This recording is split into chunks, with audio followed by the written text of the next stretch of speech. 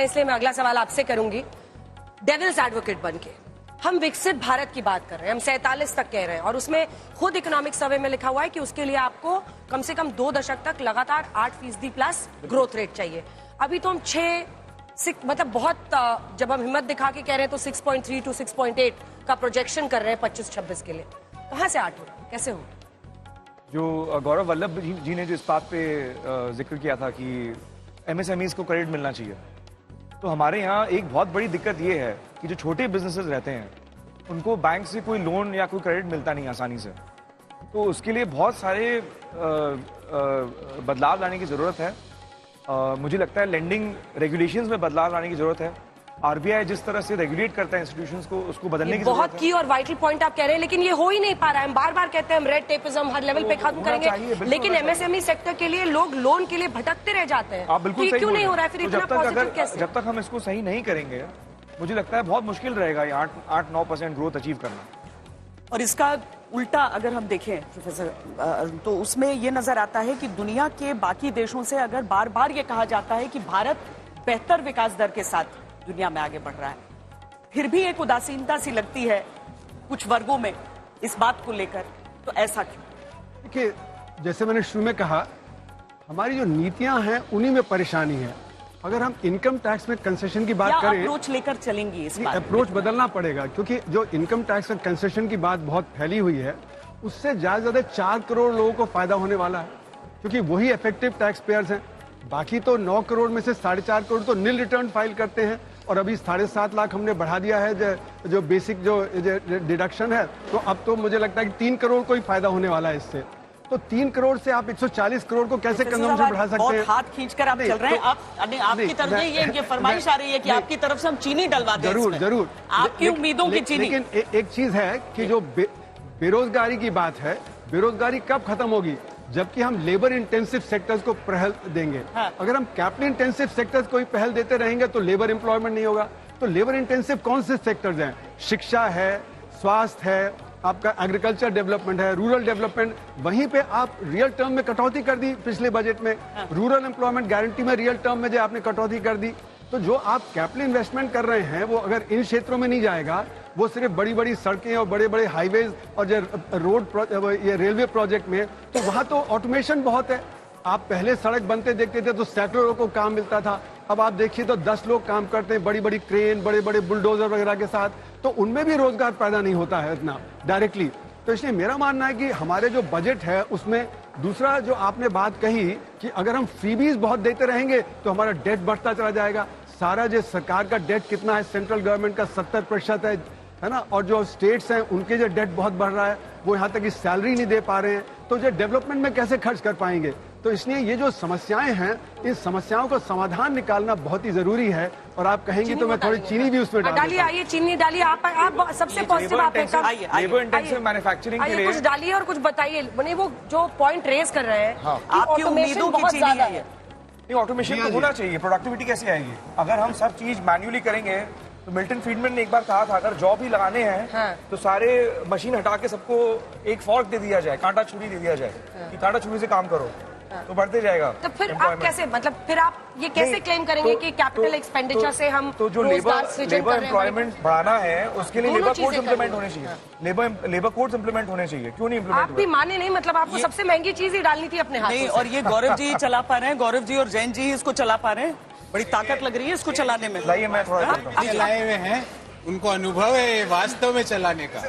अब सुनिए, और उस अनुभव के तहत मैं बता रहा हूं आप लोगों को, जो अरुण जी ने कहा कि एक ही चीज हम लोग कर रहे हैं वो गलत है। क्योंकि बजट को जो है जब बनाया जाता है तो हर वर्ग के लिए और हर जरूरत के लिए कुछ ना कुछ अच्छी स्कीम लाई जाती है। हाँ। आपने कहा कि अगर हम लोग कैपिटल एक्सपेंडिचर कर रहे हैं तो लेबर इंटेंसिव मैन्युफैक्चरिंग, जहां बहुत सारे लोगों को रोजगार मिलता है, वो हम नहीं कर पाएंगे। वो गलत है, क्योंकि कैपिटल एक्सपेंडिचर भी हो रहा है और प्रोडक्शन लिंक्ड इंसेंटिव स्कीम के द्वारा टेक्सटाइल्स में भी हम लोग बढ़ोतरी कर रहे हैं, हम लोग इलेक्ट्रॉनिक्स असेंबली में बढ़ोतरी कर रहे हैं, हम लोग और मैन्युफैक्चरिंग में बढ़ोतरी कर रहे हैं। तो वहां जो है आज के समय, जैसे राजीव जी ने बिल्कुल सही कहा कि प्रोडक्टिव हम लोगों का आउटपुट होना चाहिए। अगर सब लोग बस छोटा छुरी लेकर ही काम करेंगे तो हमारे लेकिन जैन जी उत्पादन हमारा लेकिन नहीं जैन जी बढ़ेगा। छोटा तो छुरी सभी तो काम छोड़िए, करना होता है ये बच्चे। डबल एज स्वॉर्ड है। जैन एक तरफ जी, तो आप कह रहे हैं मैंने कुछ और कहा था। एक मैंने कहा था एक सवाल मेरा ये है कि ये डबल एज स्वॉर्ड है।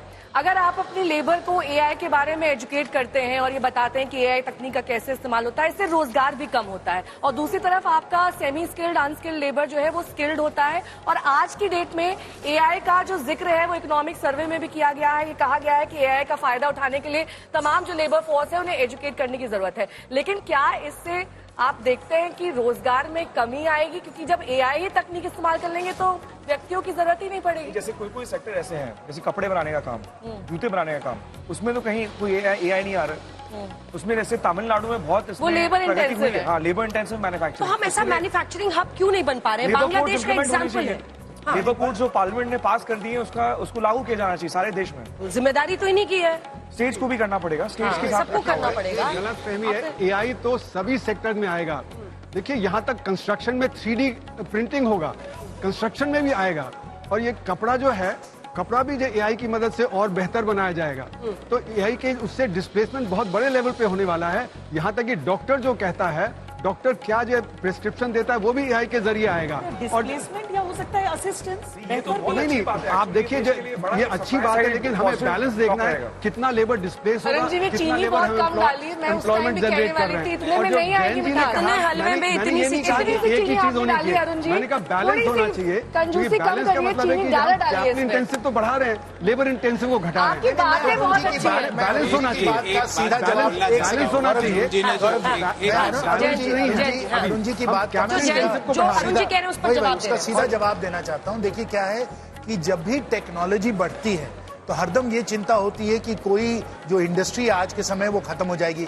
एक जमाना था हम लोग टांगे पे चलते थे, अब टांगा तो नहीं, अब गाड़ी में चल रहे हैं। एक जमाना था हम लोग टेलीग्राम भेजते थे, अब हम लोग फोन पे बात करते हैं।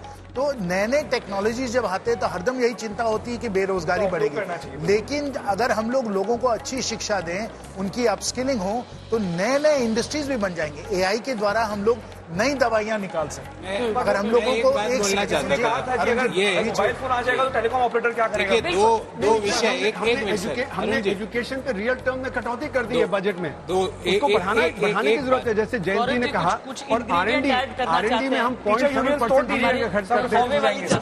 देखिए ऐसा है, R&D पे 0.7% है, चाइना 3% जीडी।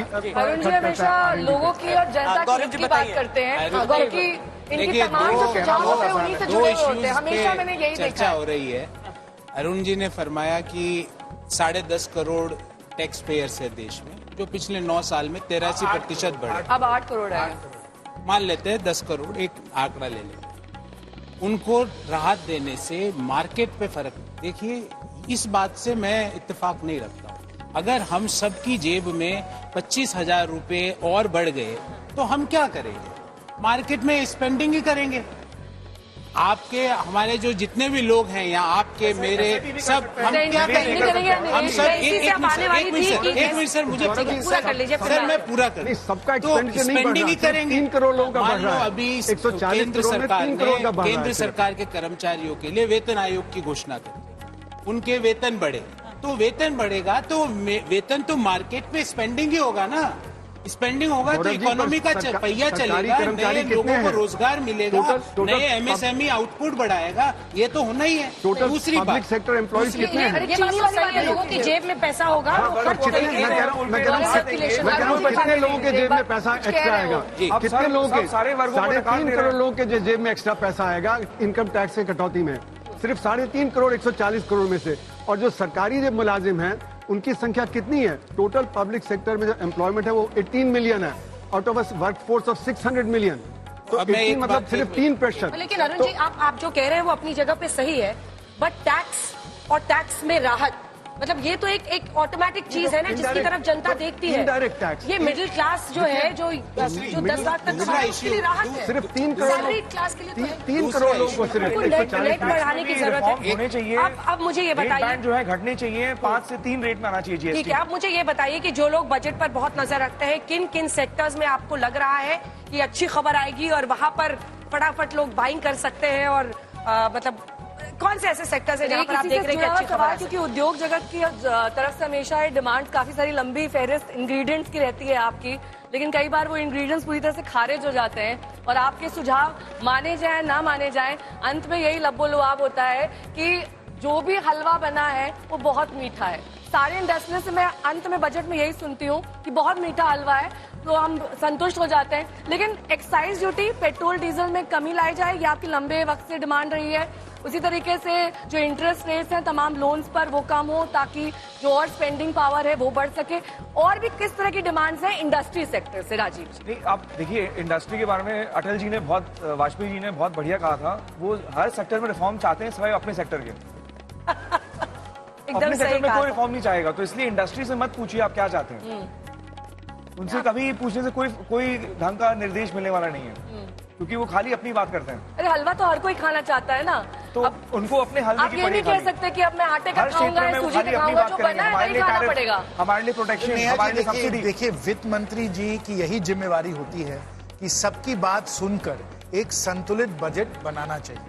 और उनमें जैसे मैंने पहले ही कहा, माननीय वित्त मंत्री जी बहुत ही इन मामलों में सुलझी हुई हैं, बहुत माहिर हैं, बहुत अनुभव है, तो इसलिए बजट तो शानदार बनेगा ही बनेगा। मैं सिर्फ एक क्षेत्र जो है उसके बारे में मैं आपका ध्यान आकर्षित कराना चाहता हूं, और वो है हरित विकास, ग्रीन डेवलपमेंट, सस्टेनेबल डेवलपमेंट, सतत डेवलपमेंट। आप सबको मालूम है कि जलवायु परिवर्तन के कारण कितनी गर्मी होती चली जा रही है। आज ही हम लोग अभी 31 जनवरी है और पसीना छूटने लग गया है, तो गर्मी होती चली जा रही है। तो जलवायु परिवर्तन से बचने के लिए, एडेप्टेशन के लिए हम लोगों को हरित विकास के लिए बहुत सारे अहम हम लोगों को ठोस कदम लेने हैं। इस पे अगर माननीय वित्त मंत्री जी थोड़ा ध्यान दें, अच्छे अच्छे स्कीम निकालें जिसमें तेजी से हम लोग सोलर की ओर बढ़ें, तेजी से हम लोग विंड पावर की ओर बढ़ें, न्यूक्लियर पावर की ओर बढ़ें और इलेक्ट्रिक व्हीकल्स का उपयोग करें। मुझे लगता है कि इससे देश को बहुत बहुत लाभ है। AI related shares, bio shares जो मैं सेक्टर्स में बात कर रही थी बाइंग की, जब जैसे ये हलवा इस पर पक रहा है, लेकिन वहां पर हमारे पास सूजी भी है, चीनी भी है। ये हलवा अगर जाएगा भी तो वो मेरा इंश्योरेंस है, वो मुझे मिलेगा, मैं पका सकती हूँ दोबारा। इंश्योरेंस और जीएसटी, स्वास्थ्य इंश्योरेंस, इस सारी चीजों को लेकर भी लोग बहुत चिंतित हैं। श्वेता जी, जीएसटी का जो मुद्दा है वो अब जीएसटी काउंसिल में चले गया। उसका डायरेक्टली बजट से कोई इत्तेफाक रहा नहीं। पर आपकी बात सही है कि जीएसटी में कई दिनों से रेट रैशनलाइजेशन की बात हो रही है, 5 रेट से 3 रेट स्ट्रक्चर की बात हो रही है, और जैसे जैसे जीएसटी मैच्योर होगा ये निश्चित रूप से होना ही है। ये कोई मैंने बोल दिया और ये हो गया और मैंने प्रेडिक्शन कर दिया, ऐसा कुछ नहीं है। अक्रॉस द वर्ल्ड पहले जीएसटी में वाइड रेट्स रहती है, फिर धीरे धीरे जैसे जीएसटी मैच्योर होता है तो वो आगे बढ़ता है। दूसरा क्षेत्र जो मुझे लगता है कि हमें एक्सपोर्ट ओरिएंटेड काम करना, और उसमें एमएसएमई इज द क्रिटिकल।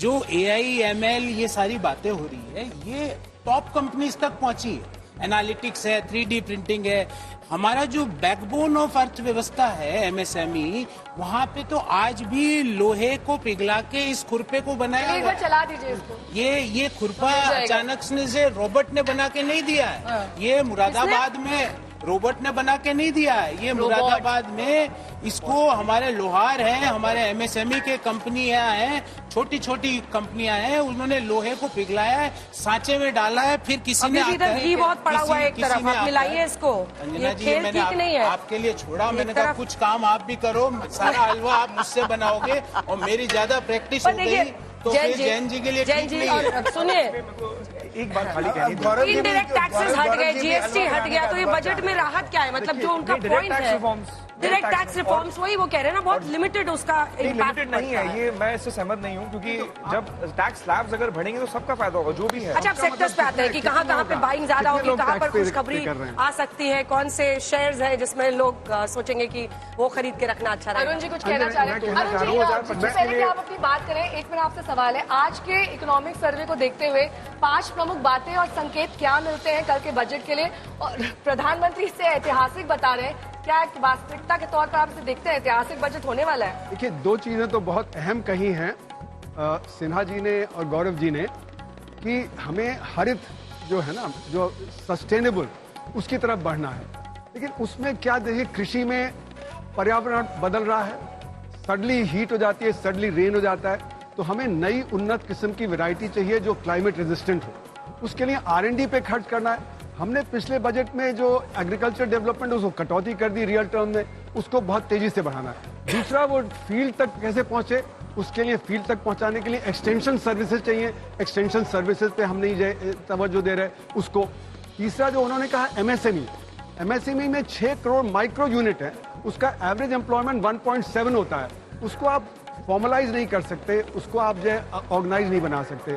उसको क्या चाहिए? उसको मार्केटिंग चाहिए, टेक्नोलॉजी चाहिए और क्रेडिट चाहिए। इन तीनों में उनकी मदद चाहिए, तो तभी हमारा माइक्रो सेक्टर आगे बढ़ेगा। उसके लिए हमें एमएसएमई को स्प्लिट कर देना चाहिए, माइक्रो को अलग और स्मॉल और मीडियम को अलग। अभी जो एमएसएमई सेक्टर में जो क्रेडिट दिया जाता है, सहमत नहीं है, सुन लेते हैं वो उनकी क्या ठीक राय बात है। है। वो नहीं, तो मुझे लगता है कि जनरल रिफॉर्म्स होने चाहिए।